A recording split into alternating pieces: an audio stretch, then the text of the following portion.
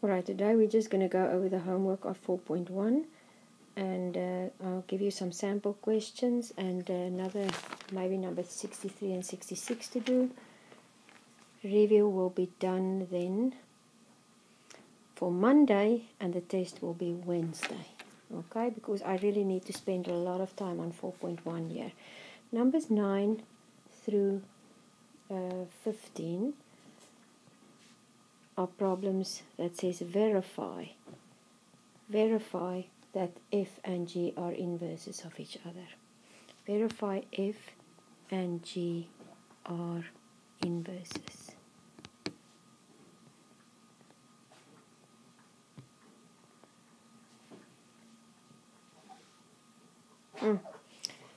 Handwriting not so good here on this iPad, but at least we can deal with it. Alright, number 9, f of x equals 5x plus 1. G of x equals x minus 1 over 5. So to verify means we need to use the definition of inverse functions. And for the definition of inverse functions, if you can remember correctly, f composed with g needs to be x, and g composed with f needs to be x. So let's show f of gx is f of x minus 1 over 5. And that gives me 5 x minus 1 over 5 plus 1. 5's cancel out, and that's x. So the first part is good. Now g of fx, g of fx is g of fx is 5x plus 1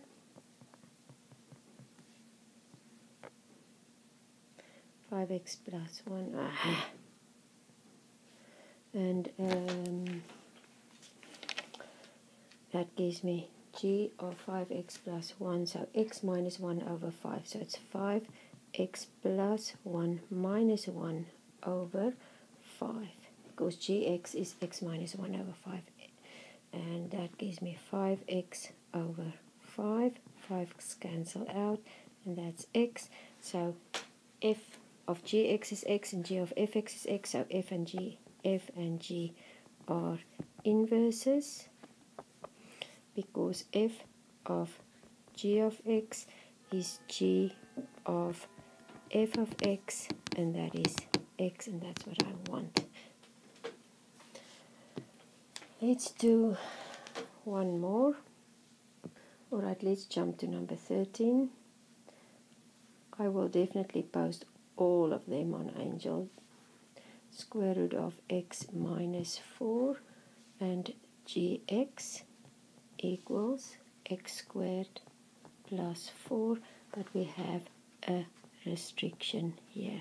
X needs to be greater than or equal to 0. That's really, really important. So let's do f of gx.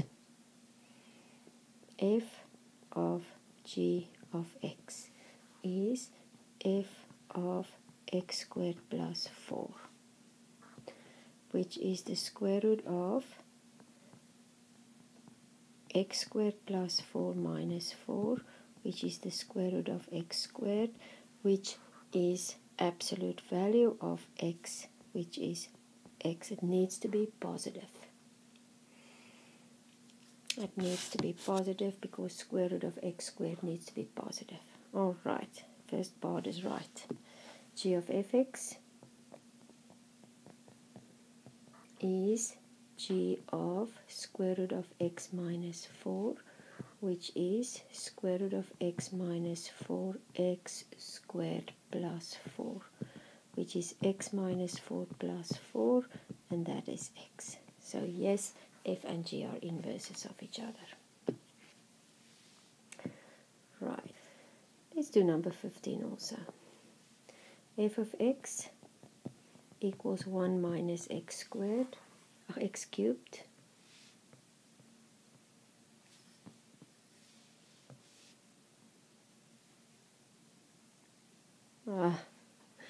and g of x equals the cubed root of 1 minus x. Alright, now let's do f of g of x equals f of cubed root of 1 minus x.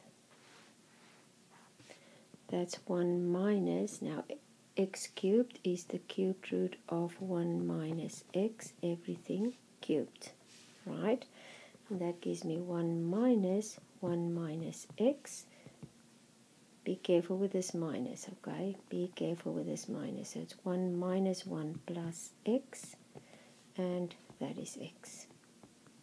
Perfect. F of gx is x. G of fx is g of 1 minus x cubed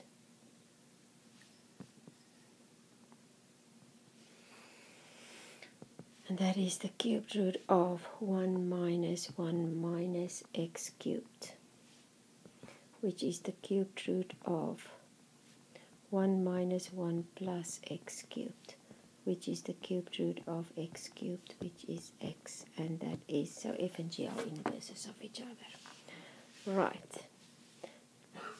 Now, okay, number 17, they give me the table for the inverse function.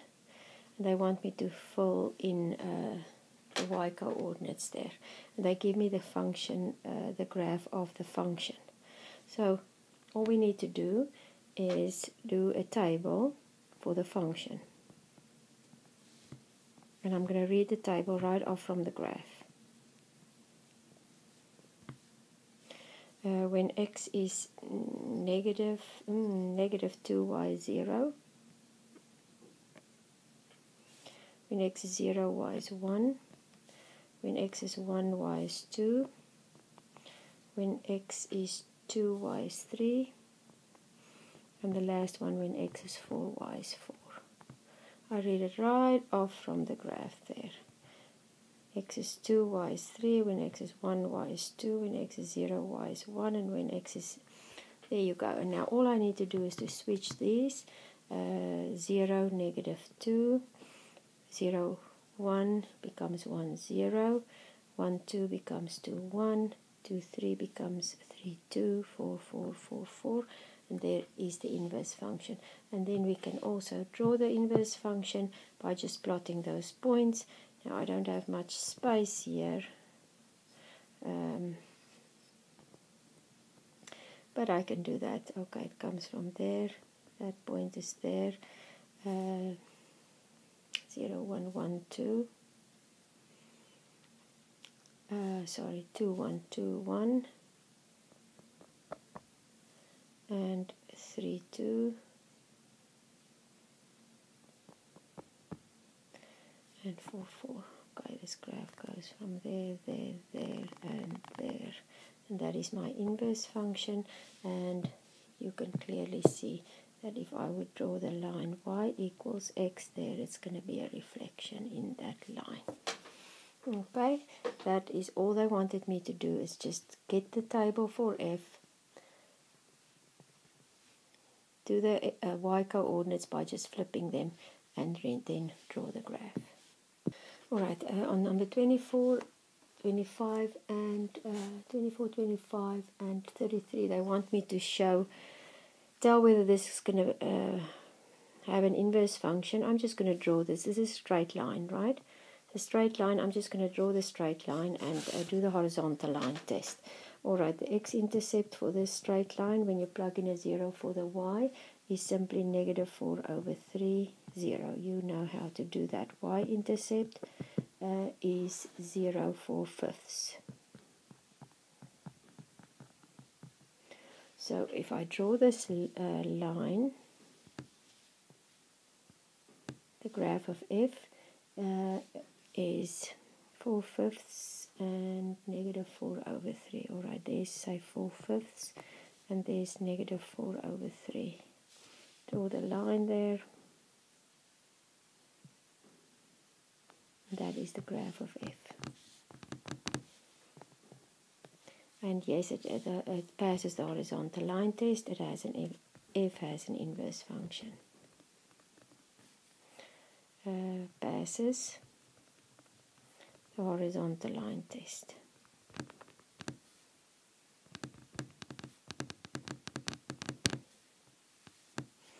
Alright, so now we have to find the inverse function. So let's go ahead and find the inverse function. Alright, we have for f, we have y equals 3x plus 4 over 5. So for the inverse function, we have x equals 3y plus 4 over 5. Now we just need to solve for y. Multiply by 5 minus the 4 and divide by 3. And there is my inverse function. You can now go ahead and draw the inverse function on the same plane there by just simply switching the x and the y coordinate. So that one becomes the x coordinate, that one becomes the y coordinate, and draw this line there.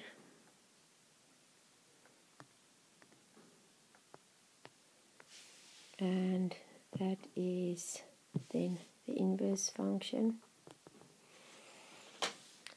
That point becomes this point there, and this point becomes this point there. X and y intercepts just interchange, and then you can also see that it's going to be a reflection in the line y equals x. That's number 24. Number 25.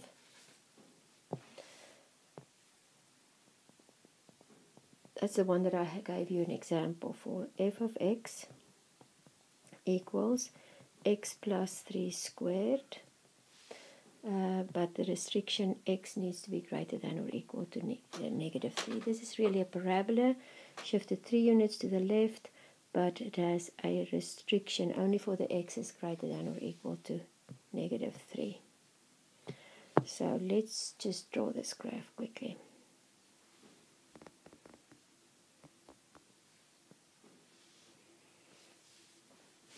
There is the x, there is the y. Parabola shifted 3 units over to the left.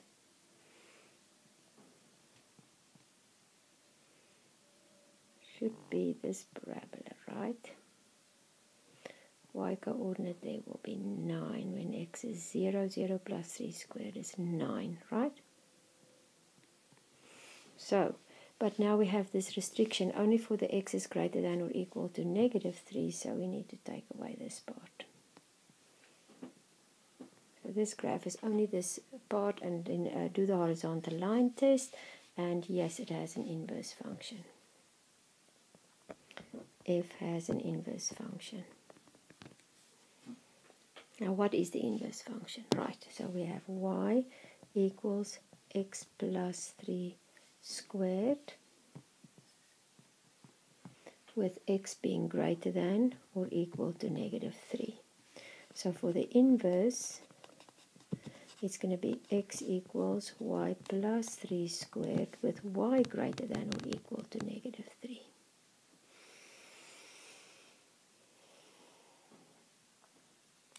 Now we square root on both sides, and we square root on both sides. When we square root that, that is really y plus 3, but it needs to be an absolute value sign, right? But since y minus 3 is less, y is greater than or equal to negative 3, y plus 3 will definitely be greater than or equal to 0, right? So y plus 3 will be positive, so we can get rid of that absolute value sign.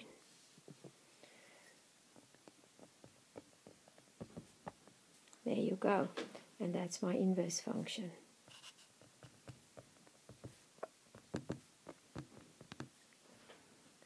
Now if we look at this, it is really the graph, the square root graph shifted 3 units down, right? So if I just do a rough sketch here, there goes my square root graph, shifted 3 units down. So let's draw this on the same plane that we've done the function and see how it's a reflection. There's my function. Let's draw this one in red. It's my absolute value. My square root graph shifted 3 units down, so it's really going to be this graph. That's F. That's always label your graphs. That is 9 and that is -3.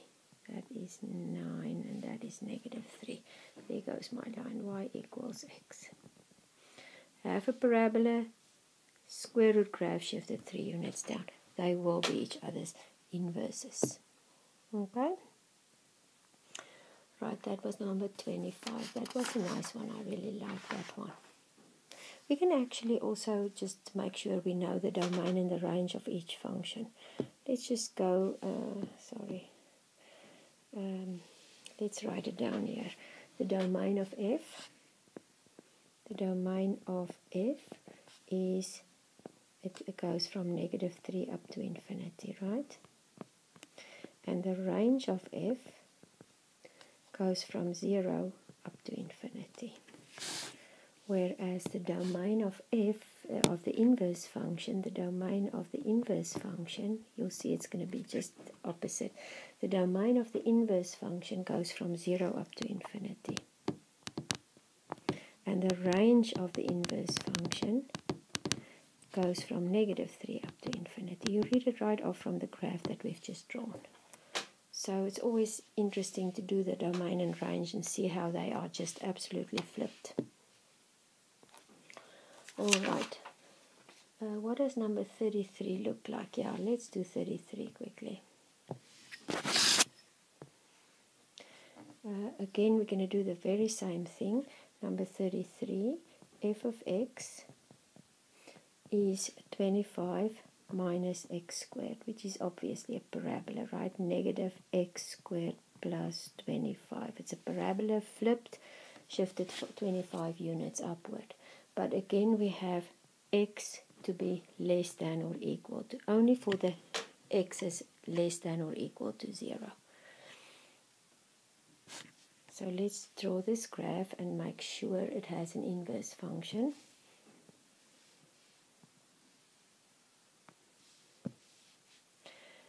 It should really be the flipped graph of the parabola. 5 and -5 there, and 25 there, right? But now they say the restriction is x is less than 0, only for the x is less than 0, so we need to erase this part. All the x is greater than 0 is now excluded from my graph. There you go. So it's only this part of the graph. And yes, f has an inverse function. Passes the horizontal line test. Now let's find the inverse function. Y equals 25 minus x squared with x less than or equal to 0. So the inverse will be x equals 25 minus y squared, y less than or equal to 0, right? So let's get the y by itself, 25 minus x, and y is usually plus or minus the square root, right?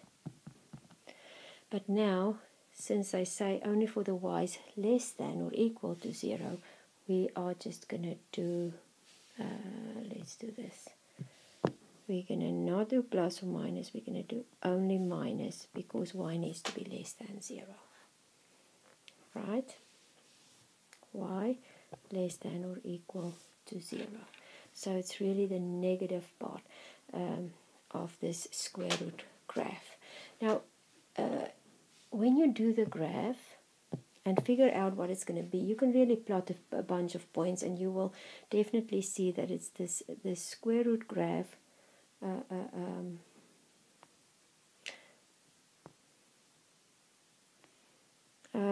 having trouble with this iPad. it's a square root graph that's really reflected in the y-axis, shifted and reflected in the x-axis there, and shifted 25 units up. Let's erase this. This is going to confuse you really crazy. Let's just do this graph. This would be this graph. And really, if you plot a bunch of points, you'll see that is what it is. -5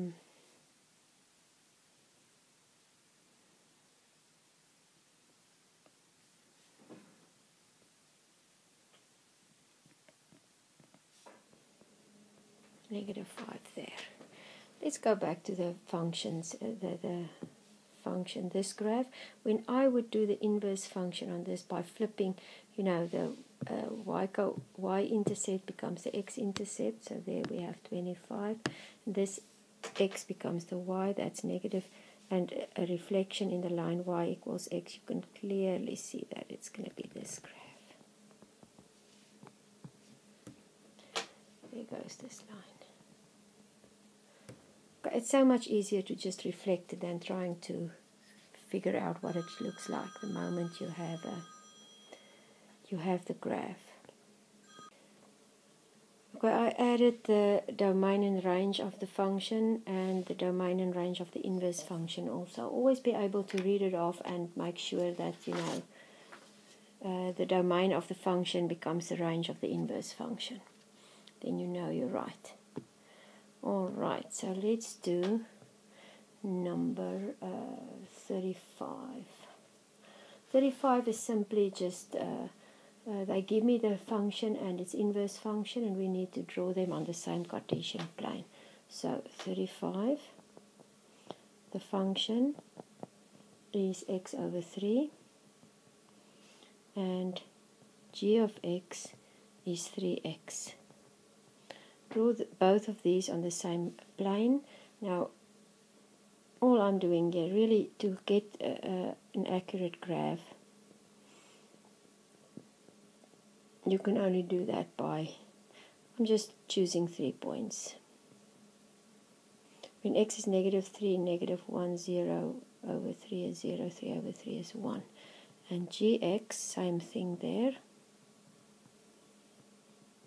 Cannot really get an accurate graph in any other way. When x is -1, y is -3. When x is 0, y is 0. When x is 1, y is 3. So when you draw these graphs on the same Cartesian plane, very simple.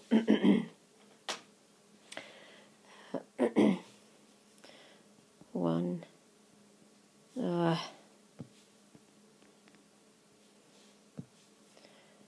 1, 2, 3, 1, 2, 3,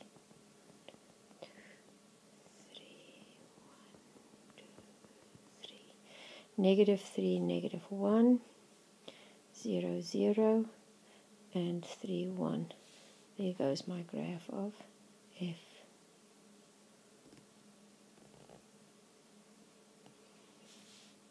That is the graph of f. The graph of the inverse function, I'm going to just do it like here, -1, -3, 0, 0, and 1, 3.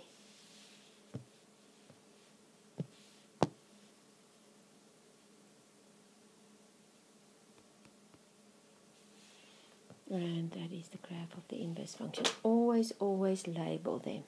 And now you can clearly see that they are reflection in the line y equals x.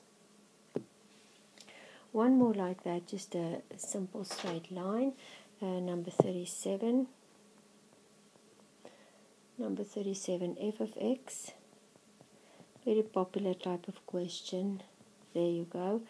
Most of the time we'll ask, find the inverse and draw them on the same plane, right?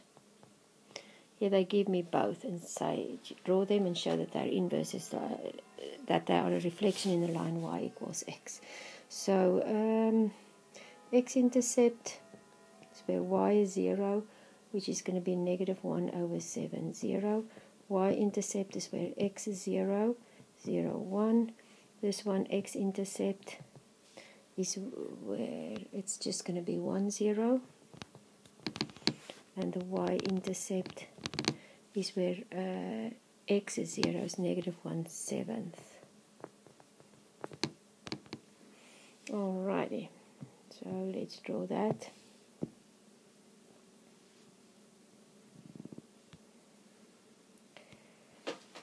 Y-intercept, x-intercept is negative 1/7. Negative 1/7 and 1.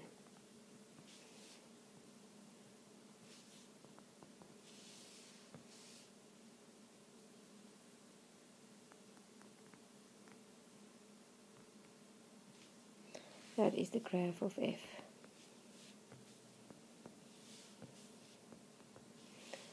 Graph of the inverse. That one becomes this one, and this one becomes this one. That's it. X-intercept becomes the y-intercept, the y-intercept becomes the x-intercept, negative 1/7.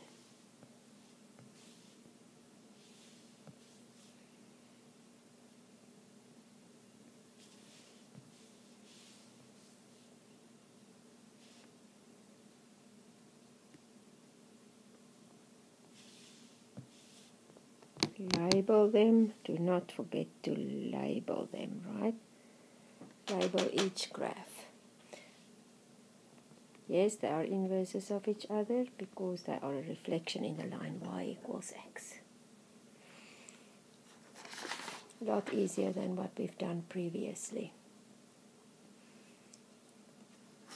Number 43, that's when they ask you to find the inverse and draw them on the same Cartesian plane, right? Now 43 is a straight line. I'm not going to do that one. Let's just do 46. 46 is a little different. If x equals my cubed graph, shift it 1 unit up, right? So find the inverse function. So this is really y equals x cubed plus 1. So for the inverse, we have x equals y cubed plus 1. So x minus 1 equals y cubed. So cubed root of x minus 1 is y. So cubed root of x minus 1 is my inverse function. Right. Draw them on the same Cartesian plane. I'm just going to draw them right here. The graph of f is my x cubed graph shifted 1 unit up. Y-intercept, there goes it. You can plot more points, get a nice accurate graph. That's the graph of f. And then this one will simply be the line y equals x. If I draw the line y equals x right here,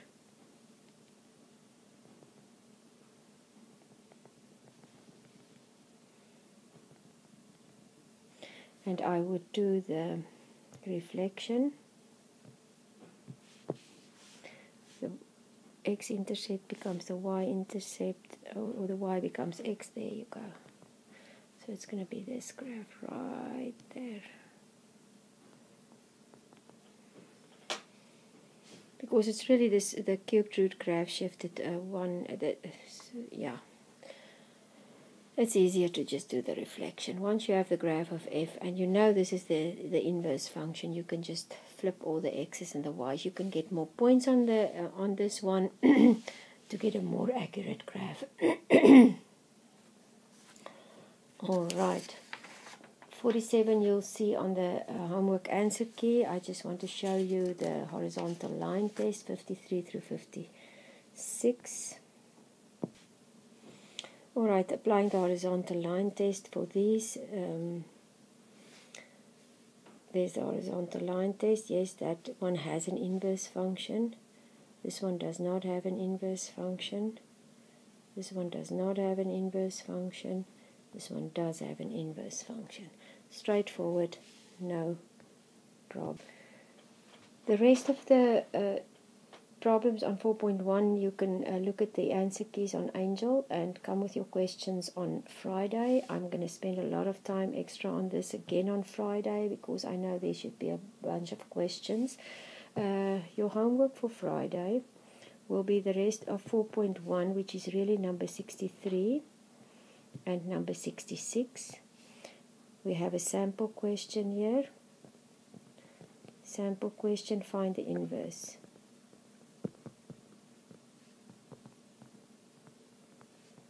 Of the function f, and I have two of them here. Fx equals f of x equals x minus 1 over x plus 3, and f of x, again a rational function, fx equals x over x minus 2. I want you to go try those sample questions and come with all the questions you have. 63 and 66, you have an example on Angel. I'm pretty sure somewhere, in the homework that I've already posted, there is an example on 63 and 66, as far as I can remember. Okay, go try them and make sure you can do those and come with your questions. I just want to see.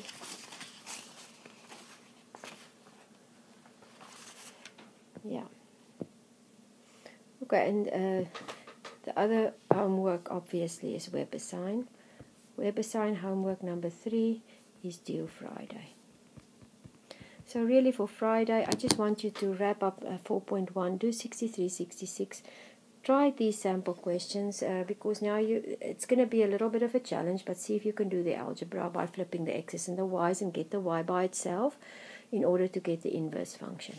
And then WebAssign number 3 is due Friday. Alright, I have collected all your WebAssigns, I have collected the readiness tests, yeah, that's your homework for Friday. 63, 66, inverse function, and WebAssign.